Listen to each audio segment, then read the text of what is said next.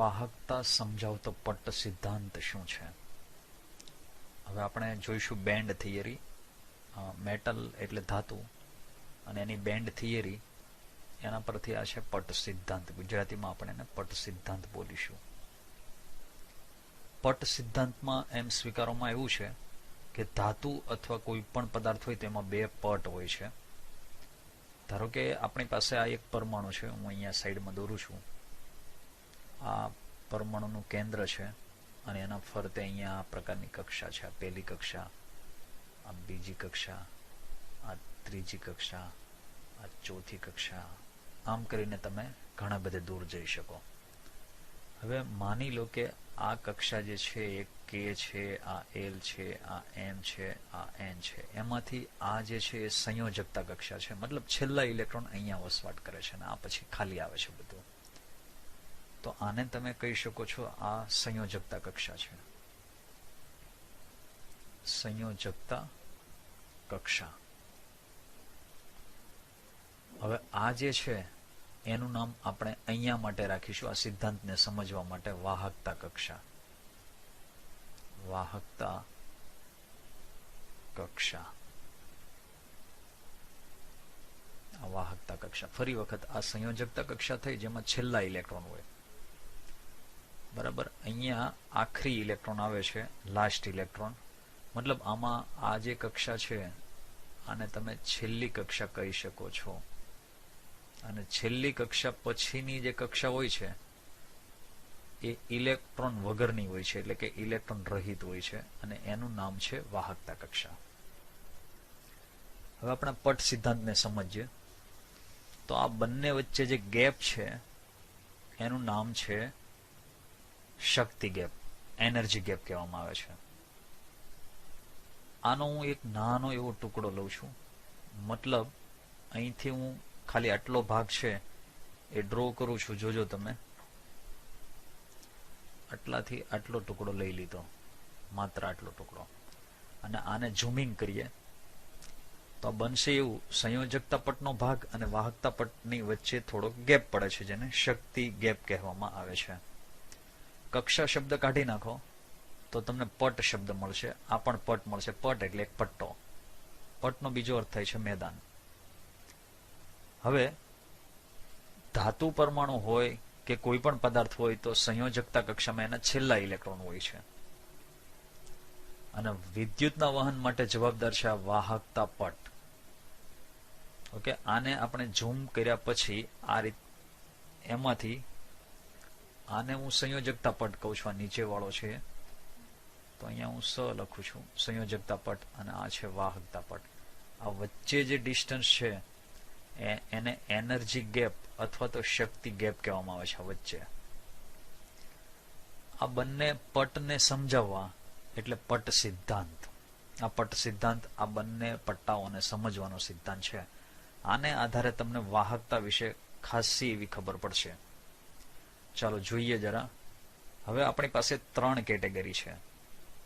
એક કેટેગરી એવી જેમાં સંયોજકતા પટ અને વાહકતા પટ બંને જોડાયેલા હોય, વચ્ચેનો ગેપ એકદમ ઓછો હોય, તો અહીંયા રહેલા ઇલેક્ટ્રોન ઇઝીલી આની અંદર જઈ શકે છે. બીજું મધ્યમ ગેપ હોય, ત્રીજો ખાસો એવો ગેપ હોય, આ ડિસ્ટન્સ વધારે હોય. તો આ આકૃતિ આ પ્રમાણે છે. હવે આ આકૃતિ ઉપર ધ્યાન આપો. આમાં બે પટ આપેલા છે. એમાંથી નીચેનો જે બ્લુ કલરનો પટ છે એ સંયોજકતા પટ છે, આ વાહકતા પટ છે. મેટલ એટલે ધાતુ. ધાતુમાં બંને પટ લગભગ એકબીજા સાથે જોડાયેલા હોય છે. આને ઓવરલેપિંગ કહેવામાં આવે છે, ઓવરલેપ થયેલા હોય છે. તો આ આપણો સંયોજકતા પટ છે. અને અહીંયા ઉપર બતાવેલો છે વાહકતા પટ છે. વાહકતા પટ તમે જોઈ શકો છો. સંયોજકતા પટ અને વાહકતા પટ વચ્ચે ધાતુમાં, ધાતુ જ્યારે કોઈ પણ લેતા હો તો ત્યારે ધાતુમાં સંયોજકતા પટ અને વાહકતા પટ વચ્ચેનો શક્તિ ગેપ હોતો જ નથી. એટલે અહીંયા એક પોઈન્ટ લખી શકીએ કે શક્તિ ગેપ બરાબર 0 હોતો નથી, અથવા તો નહિવત હોય છે. આના કારણે શું થશે કે અહીંયા રહેલો ઇલેક્ટ્રોન, અહીંયા ધારો કે આપણે કોઈ બી એક ઇલેક્ટ્રોન છે સંયોજકતા પટમાં એટલે કે છેલ્લી કક્ષામાં, એને આમાં જવું હોય તો આસાનીથી જઈ શકે, કારણ કે આ જોડાણ થયેલું છે. તો સંયોજકતા પટનો ઇલેક્ટ્રોન વાહકતા પટમાં સહેલાઈથી જઈ શકે છે. સંયોજકતા પટ એટલે છેલ્લી કક્ષામાં રહેલો ઇલેક્ટ્રોન એ વાહકતા પટમાં સરળતાથી જઈ શકે. માટે અહીંયા આવી જાય એટલે ધાતુમાં ઇલેક્ટ્રિસિટી, વિદ્યુતનું વહન શરૂ થઈ શકે છે. એટલે ધાતુઓ છે એ બધી જ સુવાહક છે,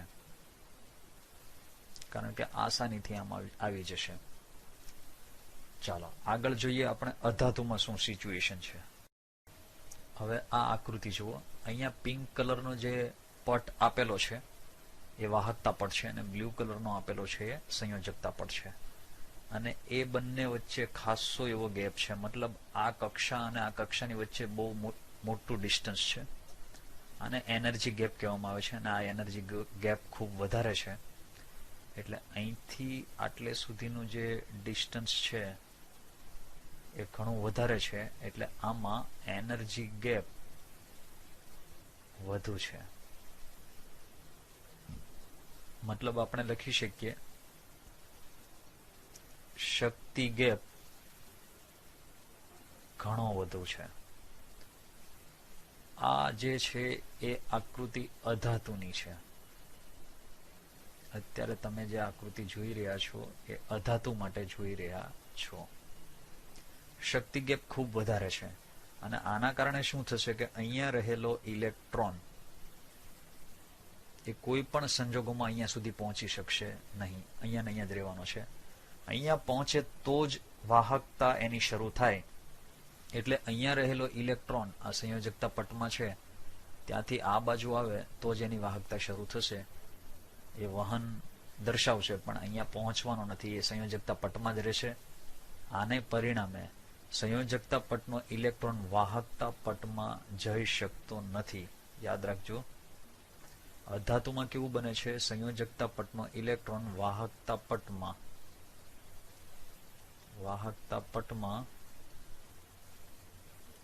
જઈ શકતો નથી,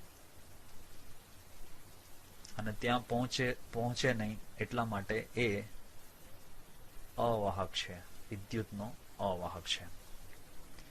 એમાં જે એનર્જી ગેપ છે એ 300 કિલો જૂલ પર મોલ કરતા પણ વધારે છે, અને ડિસ્ટન્સ જે છે 400 નેનોમીટર છે એનાથી વધુ છે. ચાલો ત્યાર પછી જોઈએ આપણે અર્ધ ધાતુ એટલે કે અર્ધવાહકોમાં શું સિચ્યુએશન છે. અર્ધ ધાતુનું બીજું એક નામ પાડવામાં આવેલું છે અર્ધવાહક. એને માટે આ આકૃતિ ધ્યાનથી જુઓ, પિંક કલરની. અહીંયા જે દેખાય છે એ અને બ્લુ કલરનો પટ દેખાય છે, આ વાહકતા પટ અને સંયોજકતા પટ. એમની વચ્ચેનો શક્તિ ગેપ પ્રમાણમાં થોડો ઓછો છે, અને એટલા માટે શું થશે એ એક આકૃતિની મદદથી સમજીએ. આમાં જે શક્તિ ગેપ છે એ આ બંનેની વચ્ચેની સ્થિતિમાં આવશે. દાખલા તરીકે અહીંયા જોઈન્ટ છે, અહીંયા ઘણો બધો વધારે ગેપ છે, પણ અહીંયા એનર્જી ગેપ મધ્યમ, આની કમ્પેરિઝનમાં ઓછો છે. એટલે અહીંયા એનર્જી ગેપ ઓછો છે એમ કહી શકાય, અથવા તો મધ્યમ છે. આ આપણો સંયોજકતા પટ છે, જ્યાં છેલ્લી કક્ષામાં રહેલા ઇલેક્ટ્રોન હોય છે, અને આ વાહકતા પટ છે. વાહકતા પટમાં ઇલેક્ટ્રોન પહોંચે તો જ વિદ્યુતનું વહન થતું હોય છે. આટલું જોયા બાદ આઈડિયા બેસતો હશે તમને કે આમાં રહેલા ઇલેક્ટ્રોન સહેલાઈથી આની જેમ પહોંચી શકવાના નથી, પરંતુ એને કંઈક વસ્તુની જરૂર પડશે. તો હવે થાય છે શું? દાખલા તરીકે અર્ધધાતુ તરીકે તમે જો લેતા હો તો એ છે સિલિકોન. સિલિકોન આનું એક એક્ઝામ્પલ છે કે જે અર્ધધાતુ તરીકે વર્તે છે.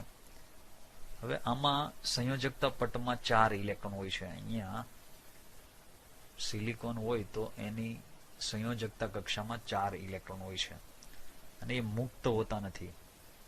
સામાન્ય સંજોગોમાં તો સિલિકોન છે વીજળીનું વહન કરતો નથી અને અવાહક હોય છે, પણ જો તાપમાન વધારવામાં આવે, હવે તાપમાન વધારો એટલે સ્વાભાવિક છે ઉર્જા વધશે, એટલે અર્ધ ધાતુઓને તાપમાન આપવું પડે. તાપમાન વધે તો એના કારણે શું થશે? ઉર્જા વધશે અને એ ઉર્જા કોને મળશે? ઇલેક્ટ્રોનને. ઇલેક્ટ્રોનને મળ્યા બાદ હવે આ ઇલેક્ટ્રોન કે જે સંયોજકતા પટમાં છે એ સરળતાથી વાહકતા પટમાં જઈ શકશે, અહીંથી અહીંયા પહોંચી જશે. ઓકે, તો એ વિદ્યુતનું વહન બતાવશે, પણ એના માટે જરૂરી શું છે? તાપમાન વધવું જોઈએ. એટલે તાપમાન વધે, ઉર્જા વધે, ત્યારબાદ સંયોજકતા પટના ઇલેક્ટ્રોન વાહકતા પટમાં દાખલ થાય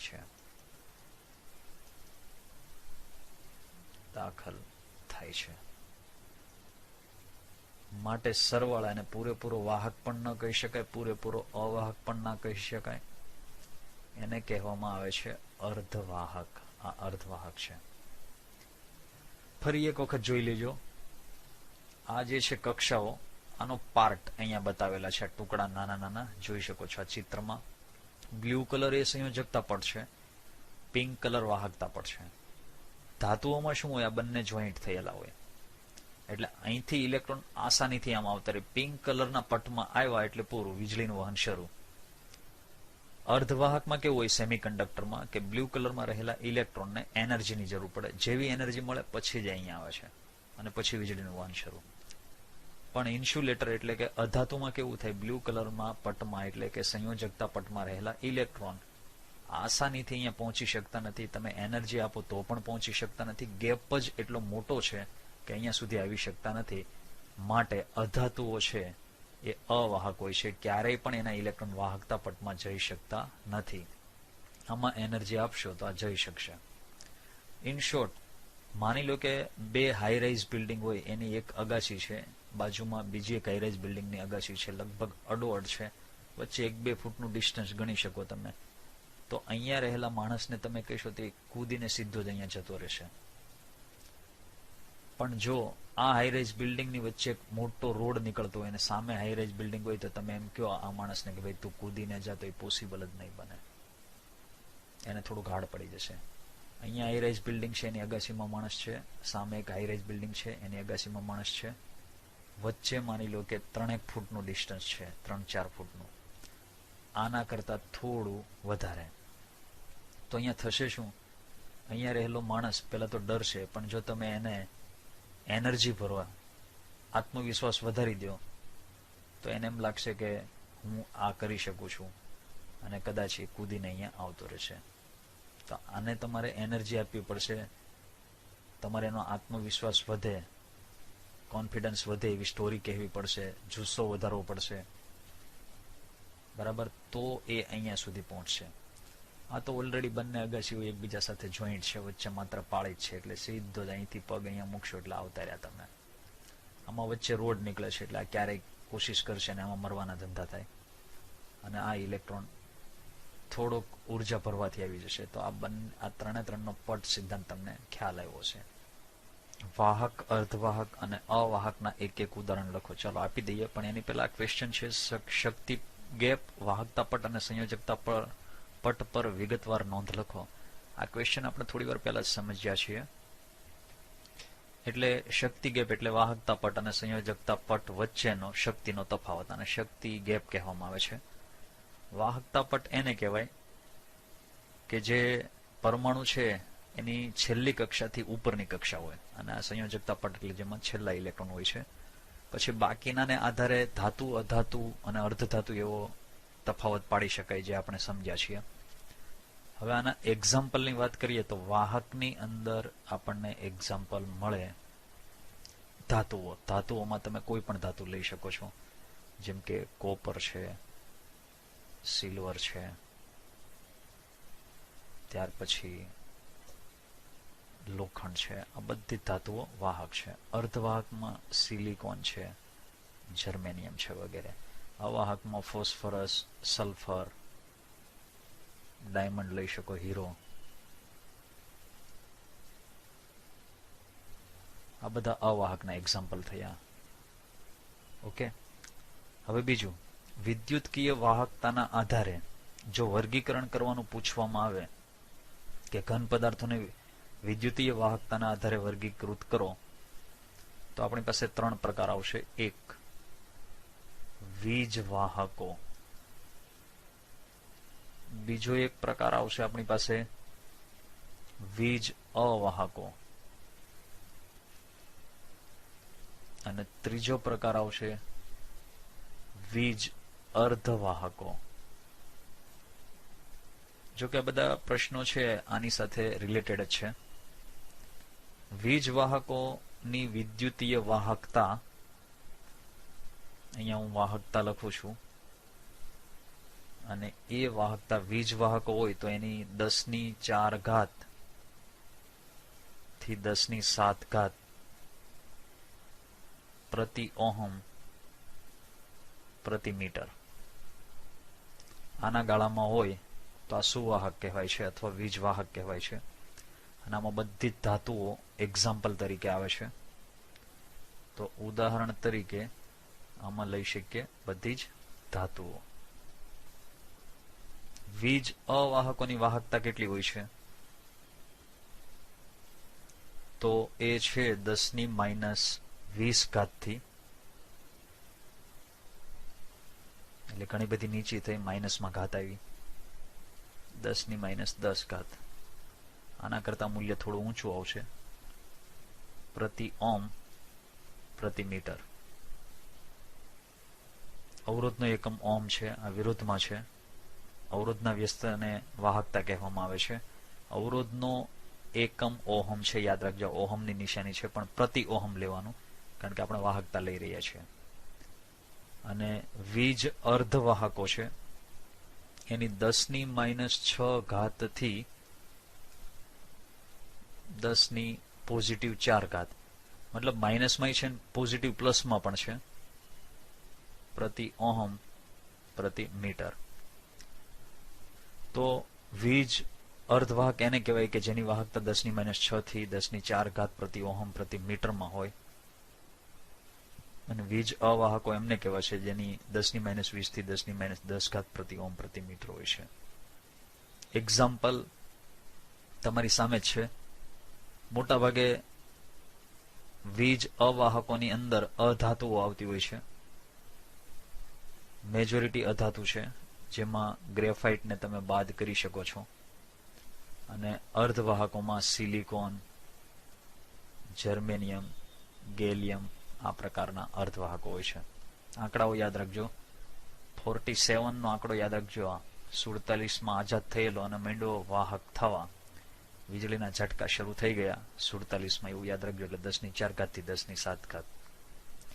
આ બંને અંક ઇઝીલી યાદ રહી જાય એવું છે. માઇનસમાં છે, -10 -20 અવાહક. આ જરા તકલીફ વાળું છે, અહીંયા -6 છે અને અહીંયા 4 છે.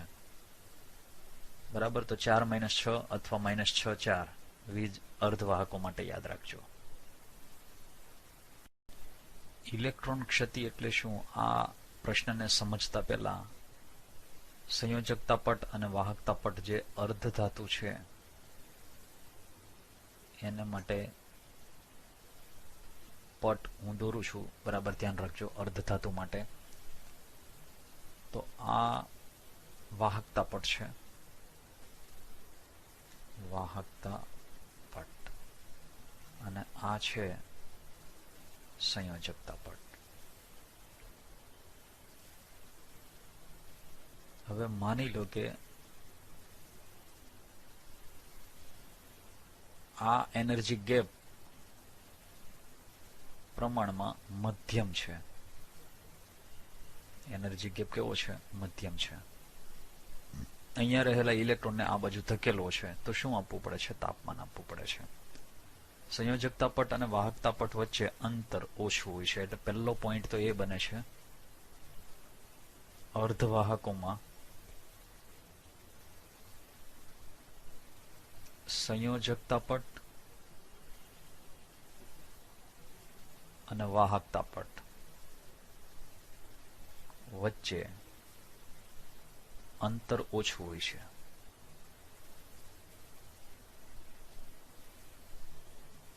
આના કારણે શું થશે કે કેટલાક ઇલેક્ટ્રોન સંયોજકતા પટમાંથી વાહકતા પટમાં જઈ શકે, પણ વિદ્યુતનું અલ્પ પ્રમાણમાં વહન થશે. કારણ કે આ થોડોક ગેપ છે, વધુ કહી શકાય, થોડોક જ વધુ છે. એટલે બધે બધા ઇલેક્ટ્રોન જઈ શકતા નથી, પરંતુ આના માટે તાપમાન આપવું પડતું હોય છે.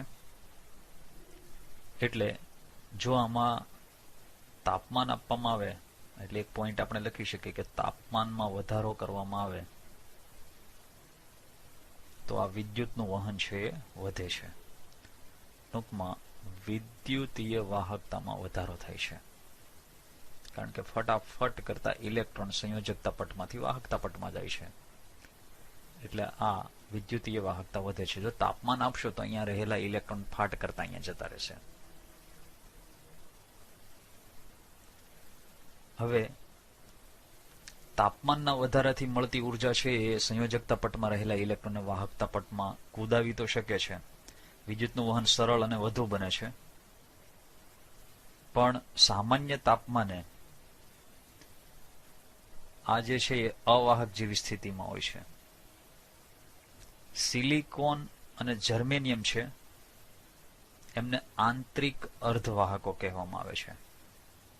કોને કોને? સિલિકોન અને જર્મેનિયમને શું કહેવામાં આવે છે? આંતરિક અર્ધવાહકો. બંને આંતરિક અર્ધવાહકો કહેવાય છે.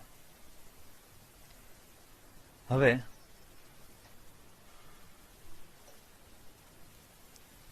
આંતરિક અર્ધવાહકો એટલા માટે નામ આપ્યું કે સામાન્ય તાપમાને આમાં વીજળીનું વહન પ્રમાણમાં અલ્પ પ્રમાણમાં થતું, એટલે ઓછા પ્રમાણમાં થાય. પણ જેવો તમે તાપમાન આપો એટલે વિદ્યુતીય વાહકતા વધે.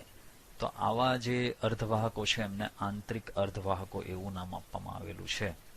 આવા આંતરિક અર્ધવાહકો છે એની વાહકતા ઓછી હોય છે, અને એટલી બધી ઓછી હોય છે કે પ્રાયોગિક રીતે તમે એનો ઉપયોગ કરી શકો નહીં. પ્રાયોગિક ઉપયોગ કરી શકાતો નથી. કેમ? તો કે વાહકતા ઘણી બધી પ્રમાણમાં ઓછી છે. એટલે હવે જો એની વાહકતા વધારવી હોય તો એમાં અશુદ્ધિ ઉમેરવી પડે, અને અશુદ્ધિને ઉમેરવાથી એક ક્ષતિ સર્જાય છે, અને અશુદ્ધિ ક્ષતિ કહેવામાં આવે છે. ફરી વખત, અશુદ્ધિ ક્ષતિ શું છે? તો કે સિલિકોન, જર્મેનિયમ જેવા આંતરિક અર્ધવાહકો છે એની વાહકતા અતિ અલ્પ હોય છે, અને એની વાહકતા વધારવા માટે એની અંદર જે કંઈ એડ કરવામાં આવે છે, અશુદ્ધિ વગેરે એમાં ઉમેરવામાં આવે છે, અને આનાથી એની વાહકતા વધે છે, પણ સ્ફટિકમાં ક્ષતિ સર્જાય. આને કહેવામાં આવે છે અશુદ્ધિ ક્ષતિ. હવે આ ક્રિયાનું નામ છે ડોપિંગ. જે તમે અશુદ્ધિ ઉમેરો છો, અશુદ્ધિ ઉમેરવી, આ ઘટનાનું નામ છે ડોપિંગ. ડોપિંગ ડોપિંગ છે એ ઇલેક્ટ્રોન સમૃદ્ધ અને ઇલેક્ટ્રોન ઉણપવાળા તત્વો ઉમેરીને કરી શકાય. એટલે મેઇન કમ્પેરિઝન ઇલેક્ટ્રોનની સાપેક્ષ થાય. એમાં ઇલેક્ટ્રોન સમૃદ્ધ કેન્દ્રો આવશે. સમૃદ્ધ કઈ રીતે? જેની છેલ્લી કક્ષામાં 4 કરતા વધારે ઇલેક્ટ્રોન હોય એને ઇલેક્ટ્રોન સમૃદ્ધ કેન્દ્ર કહેવાના. 4 થી વધુ ઇલેક્ટ્રોન.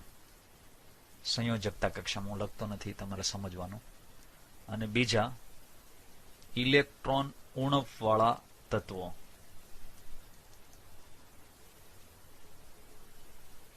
ઇલેક્ટ્રોન ઉણપવાળા તત્વો એટલે કેવા? શું ઇલેક્ટ્રોન જ નથી? ના. જેમાં 4 થી ઓછા ઇલેક્ટ્રોન હોય છે. પરંતુ ક્યાં? તો જવાબ છે સંયોજકતા કક્ષામાં. આને એડ કરો, ડોપિંગ થશે. હવે આપણે એડ શેમાં કરવાના? સિલિકોન અને જર્મેનિયમમાં. આવી ક્ષતિને આપણે નામ આપીશું, જે આ ડોપિંગ કર્યું એ ઇલેક્ટ્રોન ક્ષતિ. હવે ઇલેક્ટ્રોન ક્ષતિની વ્યાખ્યા તમારે બનાવી તો શું બનાવી શકો? જોજો, બરાબર સાંભળજો. સિલિકોન અને જર્મેનિયમ જેવા અર્ધવાહકો સામાન્ય તાપમાને અતિ અલ્પ પ્રમાણમાં વિદ્યુતનું વહન કરે છે. તાપમાનનો વધારો કરવામાં આવે તો તેની વિદ્યુતીય વાહકતા વધે છે, પણ પ્રાયોગિક રીતે એનો ઉપયોગ કરી શકાતો નથી. આવા સંજોગોમાં તેમાં ઇલેક્ટ્રોન સમૃદ્ધ કેન્દ્રો અને ઇલેક્ટ્રોન ઉણપવાળા તત્વોમાંથી કોઈ પણ તત્વો ઉમેરવામાં આવે છે. આ ઘટનાને ડોપિંગ કહેવામાં આવે છે.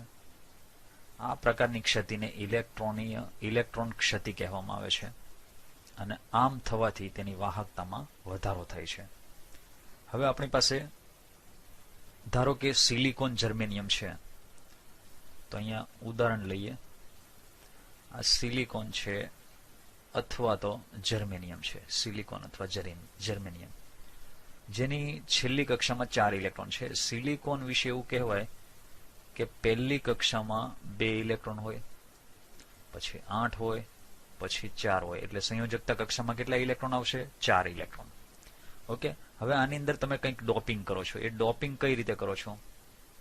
ધારો કે ઇલેક્ટ્રોન સમૃદ્ધ કેન્દ્ર લેવાના, એટલે 4 થી વધુ ઇલેક્ટ્રોન હોય, તો આપણી પાસે ફોસ્ફરસ છે, આર્સેનિક છે, એન્ટીમની છે, આવા તત્વો લઈએ.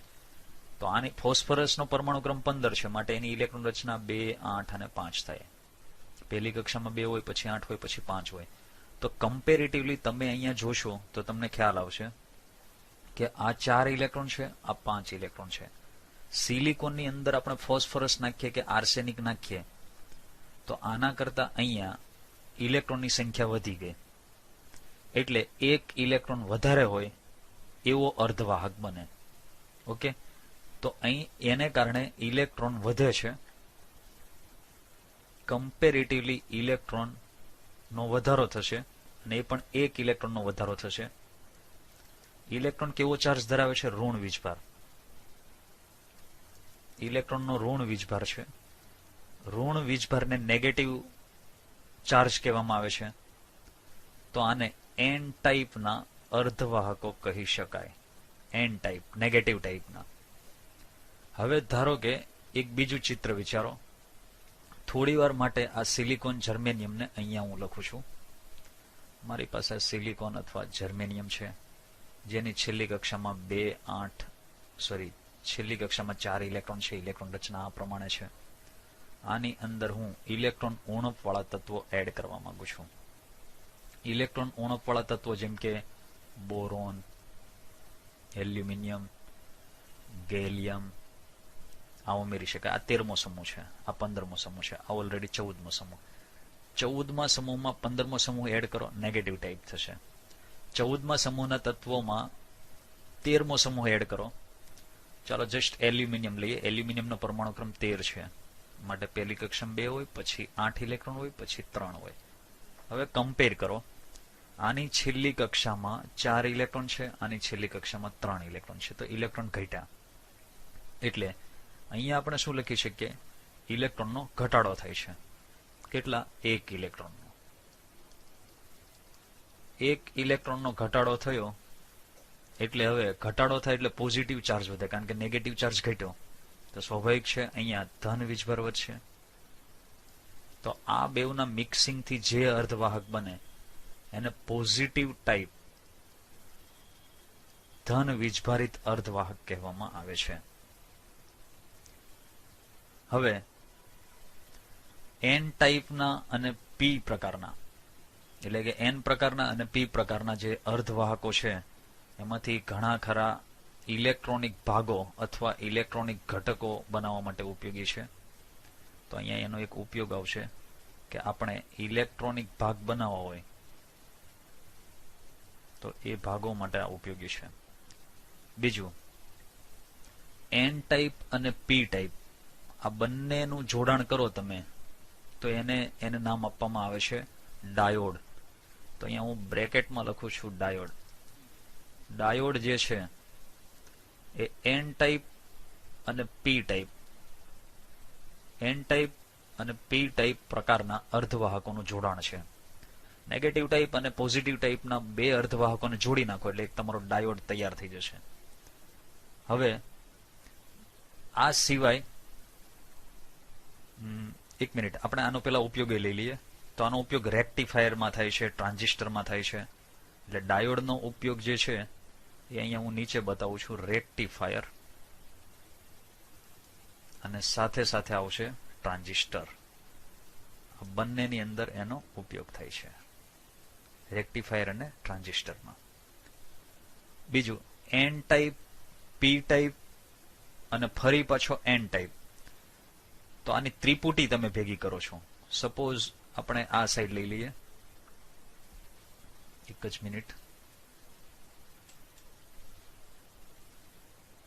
ચાલો ધારો કે આટલો ભાગ પાડી દઈએ આપણે. તો આપણી પાસે એન ટાઈપનો છે, પી ટાઈપનો છે અને ફરી પાછો એન ટાઈપનો. આ ત્રણને ભેગા કર્યા. અથવા તો પી ટાઈપ, એન ટાઈપ અને પી type. Negative, positive, negative, positive, negative, positive. આ ટાઈપના ત્રણ વાહકોને આપણે ભેગા કરી રહ્યા છીએ. તો આનાથી જુદા જુદા ગુણધર્મો વાળા અર્ધવાહકો બનશે. તો આ બંને પ્રકારમાં તમને જુદા જુદા ગુણધર્મો જોવા મળશે, જુદી જુદી એની રચના બનશે. બીજું એક છે ફોટો ડાયોડ. ડાયોડનો આ એક પ્રકાર છે, ફોટો ડાયોડ. ડાયોડમાં આ બંનેને ભેગા કરવાના હોય છે. ફોટો ડાયોડ કામ શું કરે કે એના ઉપર જો પ્રકાશ પડે તો એ સીધું જ વીજળીમાં રૂપાંતર કરે છે. એટલે કે પ્રકાશ ઉર્જા છે એને વિદ્યુત ઉર્જામાં ફેરવે છે. મતલબ આપણે વીજળીની તો જરૂર જ હોય છે અને સૂર્યપ્રકાશ તો અવેલેબલ હોય છે. તો એક સરસ કામ શરૂ થઈ ચૂક્યું છે. ફોટો ડાયોડની મદદથી પ્રકાશ ઉર્જાનું વિદ્યુત ઉર્જામાં રૂપાંતર થયું. ઓકે. બીજું એક ગેલિયમ આર્સેનાઇડ છે. આ પણ એક અર્ધવાહક છે. ગેલિયમ અને આર્સેનિક આ બંનેને ભેગા કરવામાં આવ્યા છે, જેને ગેલિયમ આર્સેનાઇડ કહેવામાં આવે છે. તો આવા અર્ધવાહક છે એ ઝડપી પ્રતિભાવ આપે છે. ઝડપી પ્રતિભાવ આપો એટલે તમને ખ્યાલ હશે કે તમારી જે ટચ સ્ક્રીન વાળો મોબાઈલ હોય છે એને તમે અડો અને ફટાફટ કામ થાય. આપણે પૂછતા હોય કે આ ફોનની અંદર કેટલી રેમ છે. રેમને આધારે સ્પીડમાં કોન્ટેક્ટ મેનુમાં તમે જાઓ તો સ્પીડમાં કોન્ટેક્ટ મેનુ ફેરવવું હોય. એક કોઈ બી નામ જેવું છે તો માની લો કે તમારી પાસે 500 જેટલા નામ છે કોન્ટેક્ટ મેનુની અંદર અને તમારે એમાં 300મું નામ જોવું છે તો કેટલી સ્પીડથી આવે છે. આવો ઝડપી પ્રતિભાવ આ ગેલિયમ આર્સેનાઇડ આપી શકે છે. ખૂબ ઝડપથી રિસ્પોન્સ આપે છે. આમાં એક શબ્દ એવો છે રેક્ટિફાયર. અને રેક્ટિફાયર શું વર્ક કરે છે તો જે વિદ્યુતનો એસી પ્રવાહ છે એને ડીસીમાં ફેરવે છે અને એ એક જ દિશામાં ફેરવે છે. એટલે રેક્ટિફાયર એસી પ્રવાહનું ડીસી પ્રવાહમાં રૂપાંતર કરે છે. અને ટ્રાન્ઝિસ્ટર તો તમે જોયા હશે, જ્યાં પણ સર્કિટ હોય છે, ટીવી હોય, મોબાઈલ હોય, તો એમાં ટ્રાન્ઝિસ્ટર ઉપયોગી છે. ઓકે.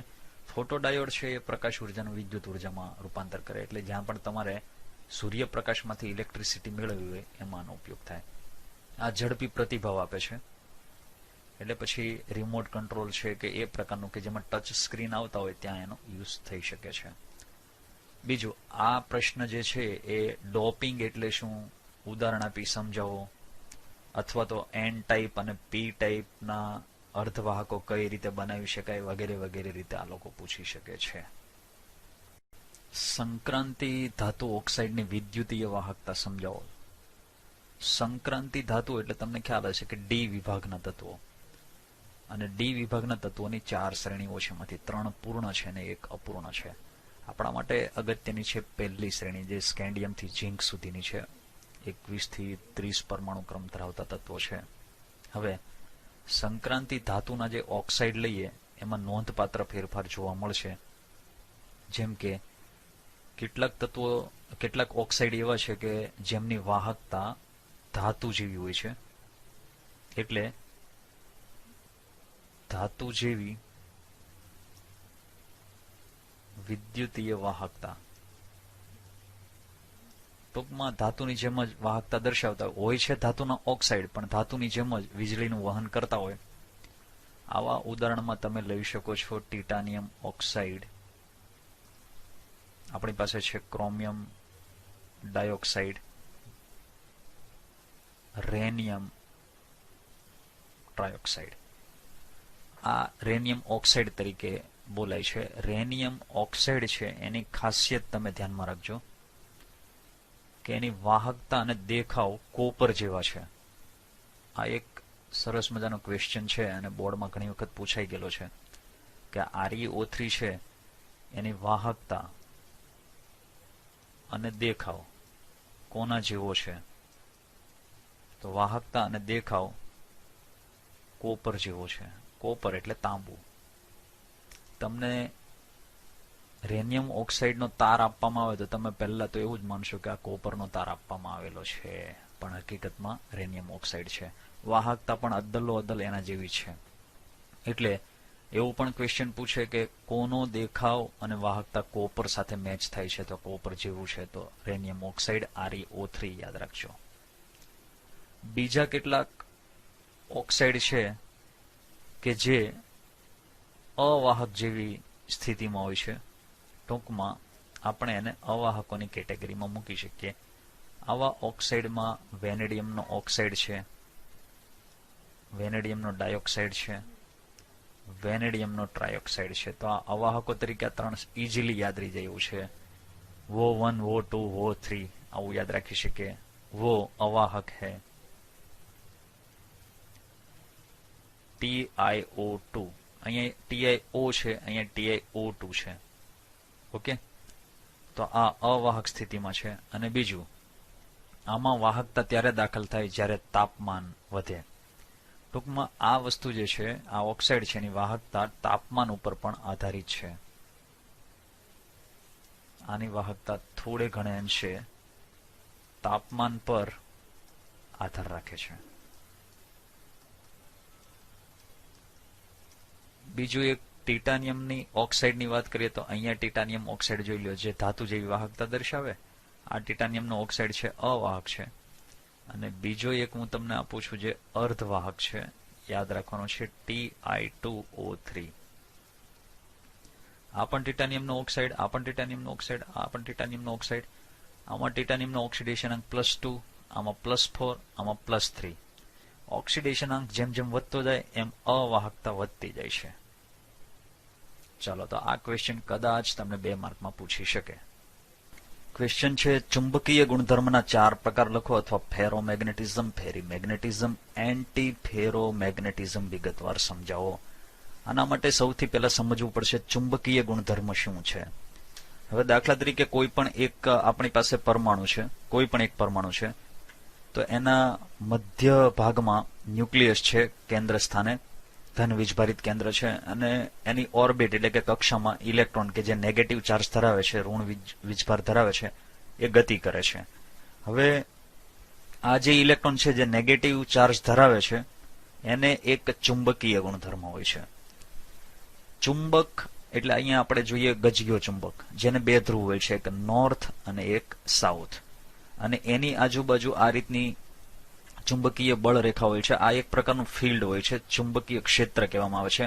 આટલાની અંદર ચુંબક છે, આની એક લિમિટ હોય છે. એમાં કોઈ પણ બીજા પદાર્થને કે જે ચુંબકીય આકર્ષણ ધરાવતા હોય એવા પદાર્થોને એટ્રેક્ટ કરી શકે છે. તો આને કહેવામાં આવે છે મેગ્નેટ, આ ચુંબક. હવે આ પ્રકારનો જે ગુણધર્મ છે, જેની આજુબાજુ ચુંબકીય ક્ષેત્ર ઉત્પન્ન થતું હોય છે, એવું જ ચુંબકીય ક્ષેત્ર આ ઇલેક્ટ્રોનની અંદર બનતું હોય છે. એટલે ઇલેક્ટ્રોન પોતે એકચ્યુઅલી એક મેગ્નેટ બની જતો હોય છે. આને કહેવામાં આવે છે ચુંબકીય ગુણધર્મ. દરેક પરમાણુની અંદર કોઈ પણ પદાર્થ હોય તો એ પરમાણુનો તો બનેલો જ છે, અને દરેક પરમાણુમાં ઇલેક્ટ્રોન તો હોવાના જ. એટલે દરેકે દરેક પદાર્થ એના અંદરના ભાગમાં રહેલા ઇલેક્ટ્રોન એક નાના ચુંબકની જેમ વર્તે છે. એટલે અહીંયા પોઈન્ટ ધ્યાનમાં રાખજો કે ઇલેક્ટ્રોન છે એને તમે કહી શકો છો નાના ચુંબક. એ નાના ચુંબકની જેમ વર્તે છે. હવે વાત છે કે એને કારણે આ જે ચુંબકીય ચાક માત્રા ઉત્પન્ન થાય છે, ચુંબકીય ચાક માત્રા એ હકીકતમાં શું છે એને સમજવા માટે તમે ફિઝિક્સમાં સારી રીતે સમજાશો કે એક ડિસ્ટન્સ અને જે પેલી બળ રેખાઓ છે એનો ગુણાકાર હોય છે વીજભારનો એનો. તો ચુંબકીય ચાક માત્ર ઉદ્ભવવાનું કારણ છે 2 પ્રકારની ગતિ. એક તો આ જે ઇલેક્ટ્રોન છે કેન્દ્રના ફરતે ચક્રાઓ લે છે, જેને કેન્દ્ર ફરતે ગતિ આવું આપણે કહી શકીએ છીએ. કેન્દ્ર ફરતે ગતિ કર્યા કરતો હોય વીજભારિત કણ, એટલે પોતે મેગ્નેટ જેવો બની જાય છે. તો આને કહીશું કેન્દ્રના ફરતી ગતિ. અને બીજું એક ઇલેક્ટ્રોન પોતાની ધરી ઉપર મૂવ કરતો હોય છે, અહીંયા એરો બતાવેલો છે જેને આપણે સ્પિન કહીએ અથવા તો આ રીતે આમ ફરે છે, એને કહીશું આપણે ધરી ફરતી ગતિ અથવા ધરી પરની ગતિ. તો એક ધરી ભ્રમણ અને એક પરિભ્રમણ, આ બે પ્રકારના ભ્રમણ થાય છે. જસ્ટ લાઈક પૃથ્વી અને સૂર્યની જેમ કમ્પેર કરી શકો. જેવી રીતે પૃથ્વી છે સૂર્યના ફરતે એક ચક્રાઓ લે છે, તો એ ચક્રાઓને પૂરું કરતા 365 દિવસ લાગે, એક વર્ષ લાગે છે. અને આ સિવાય પોતાની ધરી ઉપર પણ ફરે છે, જેને કારણે રાત દિવસ થતા હોય છે અને 24 અવર્સ લાગે છે ચક્રાઓ પૂરો કરતા. તો ઇલેક્ટ્રોન છે એ આ બે પ્રકારની ગતિ કરે છે અને એને કારણે એની આજુબાજુ ચુંબકીય ચાક માત્રા થાય છે. હવે આ ચુંબકીય ચાક માત્રા બંને પ્રકારની ગતિ સાથે સંકળાયેલ છે અને ચુંબકીય ચાક માત્રાની માત્રા તો ખૂબ જ નાની છે આની, કારણ કે પોતે એકદમ બચુકડો કણ છે એટલે એની માત્રા છે ઘણી નાની છે. એટલે અહીંયા આપણે લખીએ ચુંબકીય ચાક માત્રા, એનું મૂલ્ય ઘણું ઓછું છે, ઘણું નાનું છે. અને એ ચુંબકીય ચાક માત્રા જે નક્કી કરવામાં આવે છે એનું માપન માટેનો જે એકમ છે એને લખવામાં આવે છે મ્યુ બી, આ રીતે લખવામાં આવે છે. અને એનું મૂલ્ય એક ઇલેક્ટ્રોન માટેનું લઈએ તો 9.27 એટલે કે 9.27 ગુણ્યા 10⁻²4 એમ્પિયર મીટર સ્ક્વેર. ફિઝિક્સમાં ટેસ્લા નામનો એકમ આવે છે, તો અહીંયા એમ્પિયર મીટર સ્ક્વેર છે. અને બીજું બોહર મેગ્નેટોન, આવો એકમ પણ વપરાય છે ચુંબકીય ચાક માત્રા માટે. અને ચુંબકીય ગુણધર્મના આધારે જે પ્રકારની વાત થાય છે, તો આપણે જે પ્રકાર સમજવાના છે એમાંથી એક છે અનુચુંબકીય પદાર્થ, બીજો એક આવશે પ્રતિચુંબકીય પદાર્થ, ત્યાર પછી ત્રીજો આવશે ફેરોમેગ્નેટિક. હવે હું અહીંયા લખતો નથી, તમારી સામે માત્ર વાંચું છું. અહીંયા ફેરોમેગ્નેટિક, ફેરીમેગ્નેટિક અને એન્ટી ફેરોમેગ્નેટિક. તો આ 5 પ્રકાર જે છે આપણે બરાબર વ્યવસ્થિત રીતે સમજવા છે. બરાબર. ચુંબકીય ગુણધર્મ વિશે તમને ખ્યાલ આવ્યો છે કે ઇલેક્ટ્રોન એક જાતનું મેગ્નેટ બની જાય છે જ્યારે આના ફરતે ચક્રાઓ લેતો હોય છે ત્યારે, અને એની પોતાની આજુબાજુ એક પ્રકારની આ ચુંબકીય ક્ષેત્રવાળો જે વિભાગ સર્જાય છે એને ચુંબકીય ચાક માત્રા કહીશું આપણે. વધારે તમે ફિઝિક્સની અંદર સમજી શકો છો. આપણા માટે ખાલી એના એકમ બોહર મેગ્નેટોન અથવા મ્યુ બીટા અને મૂલ્ય છે એક ઇલેક્ટ્રોનની જે ચુંબકીય ચાક માત્રા છે એનું 9.27 ગુણ્યા 10⁻²4 એમ્પિયર મીટર સ્ક્વેર. આ આપણા માટે યાદ રાખવા માટેનું છે. આગળ વધીએ આ 5 પ્રકારો વિશે. હવે સૌથી પહેલા 2 પ્રકાર લઈએ, અનુચુંબકત્વ અને પ્રતિચુંબકત્વ. આપણી પાસે આ મેગ્નેટ છે, north pole and south pole. એની આજુબાજુ આ ચુંબકીય બળ રેખાઓ છે, ચુંબકીય ક્ષેત્ર છે. હવે અનુચુંબકત્વ અને પ્રતિચુંબકત્વમાં ડિફરન્સ શું છે એને સમજીએ આપણે. તો અનુચુંબકત્વ, નામ ઉપરથી અનુચુંબકત્વ એટલે ચુંબકને અનુસરનારું, અને અહીંયા ચુંબકથી વિરોધી. તો કે કોઈ એક પદાર્થ છે, દાખલા તરીકે આને એક આપણે પદાર્થ લઈ લઈએ, આ અણુ પરમાણુ કે આયન છે એમ સમજો. એક આપણે અહીંયા લઈ રહ્યા છે, એક પદાર્થ આ છે. હવે તમે આને અહીંયા લઈ જાઓ છો, આને કહેવાય ચુંબકીય ક્ષેત્ર, આને પણ ચુંબકીય ક્ષેત્ર કહેવાય છે. તો આ પદાર્થને જ્યારે અહીંયા વાયોલેટ કલરનો પદાર્થ દેખાય છે, જ્યારે તમે એને ચુંબકીય ક્ષેત્રમાં લઈ જાઓ છો ત્યારે થાય છે શું કે નિર્બળતાથી આકર્ષણ પામે છે. એટલે આમાં એ ઓલરેડી એટ્રેક્ટ થાય છે આ ફિલ્ડ તરફ, એટલે કે ચુંબક તરફ એ જાય છે, એને આકર્ષણ થાય છે. એટલે અહીંયા મેઇન વસ્તુ છે નિર્બળતાથી આકર્ષણ થવું. એટલું બધું સ્ટ્રોંગથી નથી આવવાનું, પણ નિર્બળતાથી એ આકર્ષાય છે. જ્યારે આમાં શું થાય છે, નિર્બળતાથી અપાકર્ષણ પામે છે. આ તરફ લઈ જવામાં આવે તો એ થોડુંક આમ ભાગશે, ઉલટાનું દૂર ભાગશે, એટલે એ નિર્બળતાથી અપાકર્ષાય છે, અપાકર્ષણ પામે છે નિર્બળતાથી. આ પહેલો પોઈન્ટ બરાબર ધ્યાનમાં રાખજો. આમાં નિર્બળતાથી આકર્ષણ થાય છે, આમાં નિર્બળતાથી અપાકર્ષણ થાય. હવે આ આકર્ષાવાનું કારણ અયુગ્મિત ઇલેક્ટ્રોન. જ્યારે પરમાણુ, અણુ કે આયન પાસે અયુગ્મિત ઇલેક્ટ્રોન હોય તો જ આ વસ્તુ પોસિબલ બને છે.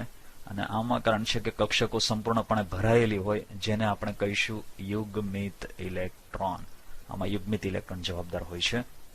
હવે આનાથી કેવી ઇફેક્ટ આવે છે એ સમજીએ. ઉદાહરણ લઈએ. ઉદાહરણ તરીકે આપણી પાસે Cu2+ છે. Cu2+ છે માની લો કે કોપરનો પરમાણુ ક્રમ છે 29. એની ઇલેક્ટ્રોન રચના આ પ્રમાણે થાય. આર્ગોન 3d4s 18 આમાં આવશે. અહીંયા +2 લખેલા છે. એટલે શું કરશું આપણે 29 માંથી પેલા 18 આમાં ભરી દઈએ. 11 માંથી 2 બાદ કરી નાખો 9. અને એ 9 ઇલેક્ટ્રોન ડી પ્રકારની કક્ષકમાં રહેશે. હવે ડી પ્રકારની કક્ષકો હોય છે કેટલી? 5 હોવાથી એની અંદર તમે આ 9 ઇલેક્ટ્રોનને ગોઠવી દો. પેલા 1, બીજો, પછી ત્રીજો, ચોથો અને 5મો ઇલેક્ટ્રોન. છઠ્ઠા ઇલેક્ટ્રોનથી યુગ્મીકરણ થશે 7, 8 અને 9. હાલમાં તમે જોઈ શકો છો કે અહીંયા અયુગ્મિત ઇલેક્ટ્રોન છે. તો આ અયુગ્મિત ઇલેક્ટ્રોન છે એના કારણે એનામાં અનુચુંબકત્વ આવે છે. અનુચુંબકત્વ થવું એટલે શું? તો કે Cu2+ આયન હોય છે એને જ્યારે આ પ્રકારના મેગ્નેટિક ફિલ્ડમાં લઈ જવામાં આવે ત્યારે આ જ રીતે આવો જે મેગ્નેટની જે આ ચુંબકીય ક્ષેત્ર તમને દેખાય છે દિશાઓને બધું, એવી જ રીતે આનામાં પણ ઉદ્ભવે છે કોપરની અંદર. એટલે આના જેવું જ એક મેગ્નેટ જેવું જ ક્ષેત્ર આની આજુબાજુ બની જાય. આ એરો દેખાય છે એ જ રીતના એરો એમાં પણ બને છે. તમે જોઈ શકો છો કે સાઉથમાંથી દાખલ થાય છે, નોર્થમાંથી નીકળે છે. એટલે સાઉથ વાળા નોર્થ તરફ જઈ રહ્યા છે. આ મેઇન એરો ફોકસ કરજો અહીંથી. આમ આ રીતે એની બળ રેખાઓ છે. બીજું એક ઉદાહરણ લઈએ આપણે. દાખલા તરીકે સોડિયમ. સોડિયમ છે એનો પરમાણુ ક્રમ છે 11. માટે ઇલેક્ટ્રોન રચના થશે 1s2 2s2. એટલે તમે ટોટલી નિયોન સુધી જઈ શકો છો, જેમાં 10 ઇલેક્ટ્રોન આવશે જે જોડકા સ્વરૂપે છે. પછી આવશે 3s1. તો આની પાસે પણ એક અયુગ્મિત ઇલેક્ટ્રોન છે, માટે આનામાં અનુચુંબકત્વ આવશે. એવી રીતે તમે Fe+3 લઈ શકો અને Fe+3 લેશો તો એમાં પણ અયુગ્મિત ઇલેક્ટ્રોન આવશે. Fe નો પરમાણુ ક્રમ છે 26. એમાંથી આર્ગોન 18 લઈ જશે.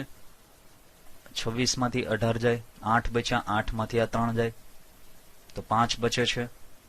3d ની અંદર 5 આવશે. 4s ખાલી થઈ જશે. 5 અયુગ્મિત ઇલેક્ટ્રોન રહેશે, કારણ કે આ 5 કક્ષકો પહેલામાં 1, બીજામાં 1, ત્રીજામાં, ચોથામાં 5માં 5માં અયુગ્મિત ઇલેક્ટ્રોન આવશે. તો બધા એટલે આનું અનુચુંબકત્વ પણ વધશે. હવે દાખલા તરીકે આપણને આપેલો છે O2. તો અહીંયા એક પ્રશ્ન એ પણ થાય કે O2 છે એ એક ઓક્સિજનમાં 8 ઇલેક્ટ્રોન, એવા 2 છે એટલે 16 ઇલેક્ટ્રોન થાય તો લગભગ 2 વડે ભાગી શકાય.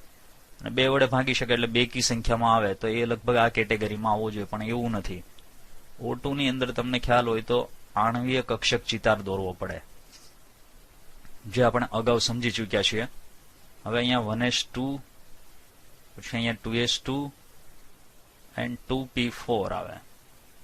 2p4 એટલે અહીંયા 4 ઇલેક્ટ્રોન.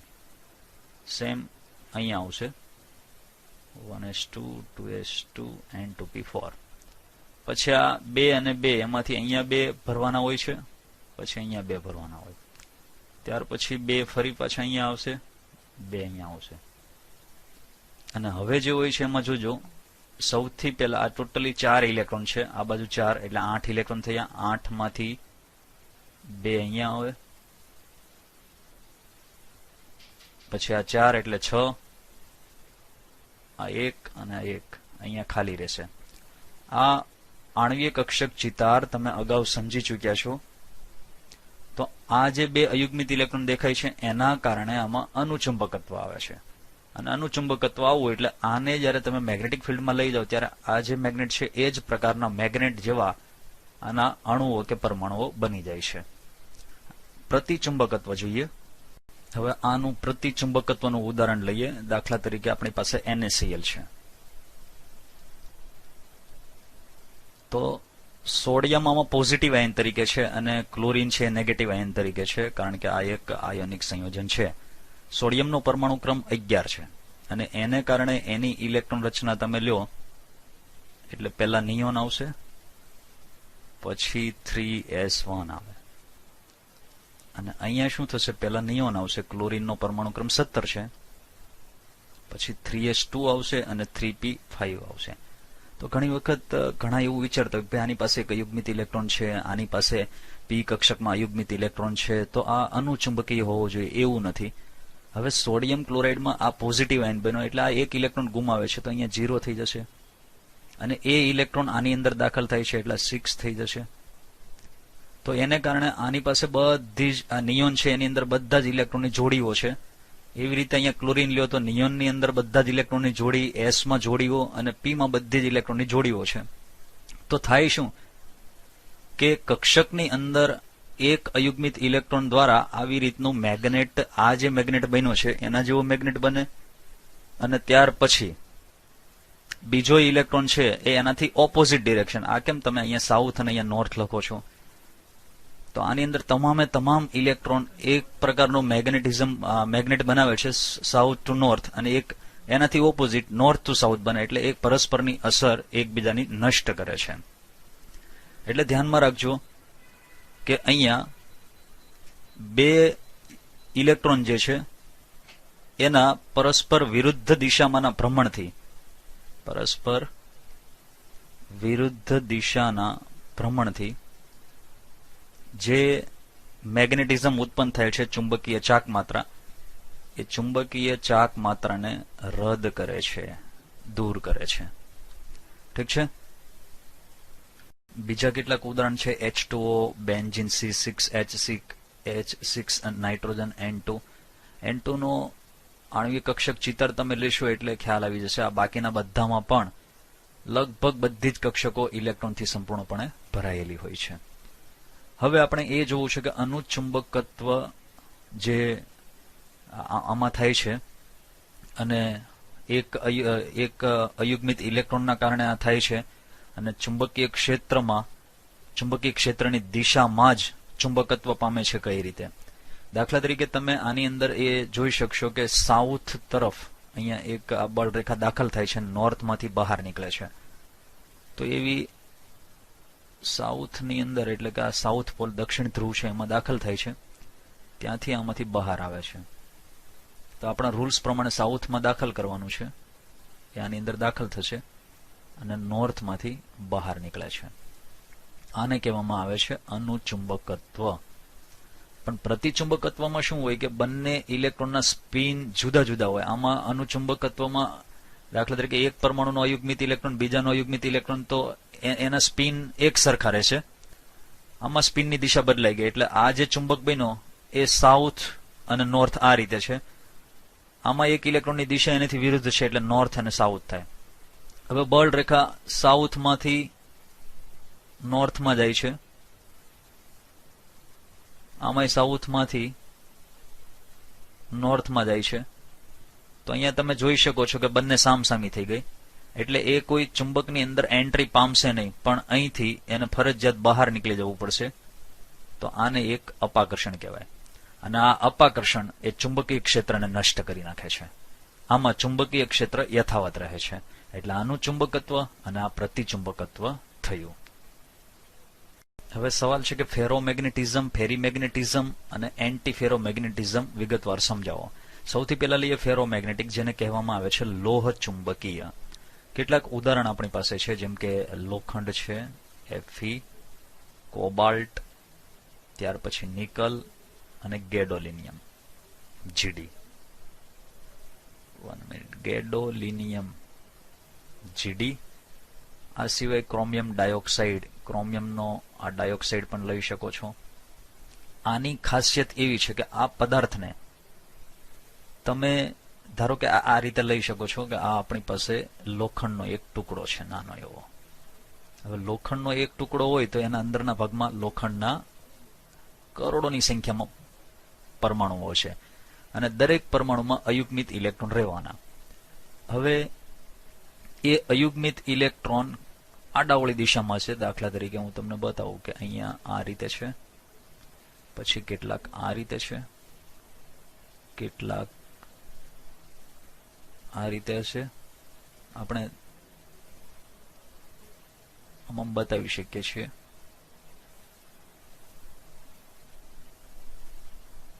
ચાલો જોજો તમે. તો આ એક પ્રકારનું ગ્રુપ થયું, પણ બધું જ આડાવળું છે. હવે તમે આની વચ્ચે એક દિવાલ બનાવી શકો છો. આટલેથી આટલો વિભાગ, આટલેથી આટલો. આમાં કોઈ જગ્યાએ 3 ના જૂથ, કોઈ જગ્યાએ 4 ના, આવી રીતે બતાવેલા છે. આ રીતે બન્યું. અહીંયા તમે જોઈ શકો છો કે આ બધાની ચુંબકીય ચાક માત્ર એક સરખી દિશામાં નથી. હવે આટલો જે વિસ્તાર થયો, આનું નામ આપવામાં આવે છે ડોમેન. આને કહેવાય ડોમેન. ડોમેનનો મતલબ થાય એક પ્રદેશ. તો ફેરસ, લોખંડ છે, કોબાલ્ટ છે, નિકલ, ગેડોલિનિયમ કે ક્રોમિયમ ડાયોક્સાઇડ શરૂઆતમાં આ રીતે હોય છે, જેના ઇલેક્ટ્રોનના સ્પિનના કારણે આખા સ્ફટિકની અંદર આ રીતના ગ્રુપ, ડિવિઝન પડતા હોય, જેને આપણે ડોમેન કહીએ છીએ. હવે આની એક ખાસિયત એ છે કે જ્યારે તમે આને ચુંબકની આજુબાજુના ચુંબકીય ક્ષેત્રમાં લઈ જાઓ એટલે એક પ્રકારનું એમાં પ્રબળ આકર્ષણ હોય છે. પ્રબળ આકર્ષણ થાય છે. તો સમજી લેજો કે આ ટુકડાને આપણે આની અંદર મૂકીએ છીએ. બરાબર. થોડી વાર માટે અહીંયા આ ટુકડો છે એમ સમજી લો. અંદરના ભાગમાં ગયા બાદ એ આ મેગ્નેટની જેવા જ કાયમી ચુંબક બની જાય છે. એનું કારણ શું કે આ ડોમેન જે છે એ એક સરખા થઈ જાય છે. આના પછીની આકૃતિ અહીંયા જુઓ તમે. હવે તમે એને બહાર કાઢશો તો આ ટાઈપનું થઈ જશે. અહીંયા જે આકૃતિ દેખાય છે આમાં બતાવેલી છે, અને ત્યાર પછી આ ચુંબકીય ક્ષેત્રમાં આવ્યા બાદ આ પ્રકારે થાય છે. તો તમે જોઈ શકો છો કે ડોમેન બધા અસ્તવ્યસ્ત હતા. એટલે પેલા ચુંબક જેવું હતું નહીં, પણ હવે કમ્પ્લીટલી બધા જ ડોમેન એક સરખી દિશામાં અભિવિન્યાસિત થાય છે, એટલે કે ગોઠવાય છે. અને ત્યાર પછી જ્યારે તમે આને કમ્પ્લીટલી આમાંથી બહાર કાઢો છો ત્યારે પણ આ જ અવસ્થામાં રહે છે. આને કહેવામાં આવે છે લોહ ચુંબકીય, કારણ કે આ એક પ્રકારનું ચુંબક બને છે. જ્યારે બધા જ ડોમેન એક સરખી દિશામાં આવી જાય એટલે આ ચુંબક બની જાય છે, અને સારામાં સારું ચુંબક બને છે. એટલે ટૂંકમાં આપણે ફરીથી એમ કહી શકીએ કે આવા જે પદાર્થો છે જે ચુંબકીય ક્ષેત્રની હાજરીમાં ખૂબ જ પ્રબળ આકર્ષણ ધરાવતા હોય, એ પદાર્થો કાયમી ચુંબક બને છે. એમાં અહીંયા દર્શાવેલા છે એવા ડોમેન હોય છે જે નાના ચુંબક તરીકે વર્તતા હોય છે, અને એ અવ્યવસ્થિત રીતે ગોઠવાયેલા હોય છે. હવે જ્યારે એને ચુંબકીય ક્ષેત્રમાં લાવવામાં આવે છે ત્યારે આ ડોમેનની ચુંબકીય ક્ષેત્રની દિશા એક જ, એટલે આ જે ચુંબક છે એની દિશામાં જ અભિવિન્યાસિત થાય છે. અત્યારે આકૃતિ આના કરતા મેચ નથી થતી કારણ કે આમાં ઉલટું છે, પણ તમે એમ સમજી લો કે આની દિશામાં જ થાય છે. તેથી પ્રબળ ચુંબકીય અસર ઉત્પન્ન થાય છે. અને ધારો કે આ તમે ચુંબકીય ક્ષેત્રને દૂર કરો તો પણ આમાં ક્રમબદ્ધતા આ જે છે એ જ જળવાઈ રહે છે. આવા પદાર્થોને ફેરોમેગ્નેટિક કહેવામાં આવે છે, અને આ કાયમી ચુંબક હોય છે. હવે જોઈએ ફેરી મેગ્નેટિઝમ અને એન્ટી ફેરોમેગ્નેટિઝમ. એમાં પહેલા આપણે એન્ટી ફેરોમેગ્નેટિઝમ લઈ લઈએ. તો આમાં શું હોય કે ઉદાહરણ તરીકે અહીંયા એન્ટી ફેરોમેગ્નેટિઝમની વાત કરીએ તો પહેલા હું એક ઉદાહરણ લઈ લઉં છું, MnO, મેંગેનીઝ ઓક્સાઇડ. અને આના ઉદાહરણ તમારી સામે ફેરી મેગ્નેટિઝમના ઉદાહરણ પણ લેવા પડશે. એન્ટીફેરોનો ઉદાહરણ છે, ઉદાહરણ આપણે યાદ રાખવું જરૂરી બનશે. આમાં મેગ્નેટાઇટ આવશે, Fe3O4. આ એક ઉદાહરણ છે. આ સિવાય ફેરાઇટ છે, Mg Fe2O4, અને ફેરાઇટ કહેવામાં આવે છે અને મેગ્નેટાઇટ કહેવાય છે. ઓકે. હવે આમાં થાય છે શું? તો પહેલા આપણે એન્ટી ફેરોમેગ્નેટિઝમ લઈએ, MnO વાળું, મનીઓ વાળું. એમાં આ જે ડોમેનની રચના છે એ રચના ફેરોમેગ્નેટિકની જેમ શરૂઆતમાં અસ્તવ્યસ્ત હોય છે. પછી જ્યારે તમે આ ફિલ્ડમાં લાવો છો ત્યારે આની જેમ ગોઠવણી થાય છે, પણ બધાની આમ નથી થતી. 50% આ રીતે હોય ને 50% એનાથી ઓપોઝિટ હોય, એટલે એકબીજાની ચુંબકીય ચાક માત્રાને રદ કરે છે. હવે આ બંને આકૃતિ ઉપર ધ્યાન આપો એટલે વધારે આઈડિયા બેસશે. એન્ટીફેરોમેગ્નેટિઝમ MNO શરૂઆતમાં આ રીતના ડોમેન ધરાવતો હોય જેની દિશા અલગ અલગ દિશાઓમાં અભિવિન્યાસિત થયેલી હોય છે, એને તમે મેગ્નેટિક ફિલ્ડમાં લઈ આવો છો. કોને લઈ આવો છો? MNO ને. લેવા પછીની આકૃતિ કેવી છે અહીંયા જુઓ તમે. કેટલાક ડોમેન ઉપર તરફ છે તો કેટલાક એનાથી ઓપોઝિટ. આ નીચે તરફ છે તે એનાથી એક જ સરખી રીતે ઓપોઝિટ. અહીંયા પણ એમ છે. એટલે આના પરિણામે શું થશે કે આવા જે ડોમેનની રચના છે એમાં ડોમેન એકબીજાથી વિરુદ્ધ રીતે અભિવિન્યાસિત થઈ જાય છે અને એકબીજાની ચુંબકીય ચાક માત્રાને રદ કરે છે. એટલે અહીંયા ચુંબકીય ચાક માત્રા રદ થાય છે અને એને કારણે આની ચુંબકીય ચાક માત્રા 0 બની જાય છે. MNO આને એન્ટીફેરોમેગ્નેટિઝમ કહેવાય. તો આમાં લોહ ચુંબક તમે આને બિલકુલ બનાવી શકતા નથી. કોઈ પણ સંજોગોમાં આ લોહ ચુંબક તરીકે વર્તી શકતો નથી. હવે આવે છે ફેરી મેગ્નેટિઝમ. ફેરોમેગ્નેટિઝમ એટલે લોહ ચુંબકીય. આને કહેવામાં આવે છે અંશતઃ લોહ ચુંબકીય. અંશતઃ થોડાક પ્રમાણમાં. શું કામ? પહેલા તો હું તમને કહી દઉં કે આમાં તો બધું જ એક જ દિશામાં ડોમેન થયા એટલે આ સૌથી વધુ ચુંબકીય ચાક માત્રા ધરાવે છે.